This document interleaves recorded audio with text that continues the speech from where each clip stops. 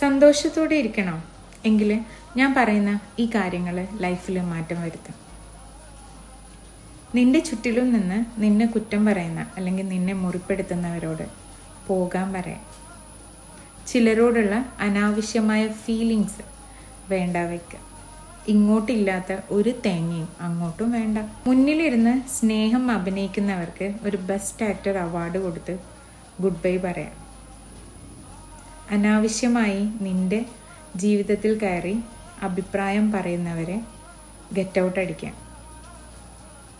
എപ്പോൾ മുതൽ നിന്റെ ലൈഫിൽ നീ സന്തോഷത്തോടെ ഇരിക്കണം എന്ന് ചിന്തിച്ചു തുടങ്ങിയോ അവിടെ മുതൽ നിന്റെ ലൈഫ് മാറാൻ തുടങ്ങും. ഒന്ന് മാത്രം ഓർക്കുക, നിന്റെ മനസ്സമാധാനം ഇല്ലാതാക്കുന്ന ഒന്നും നിന്റെ ലൈഫിൽ വേണ്ട വെക്കുക. So deep breath and move on.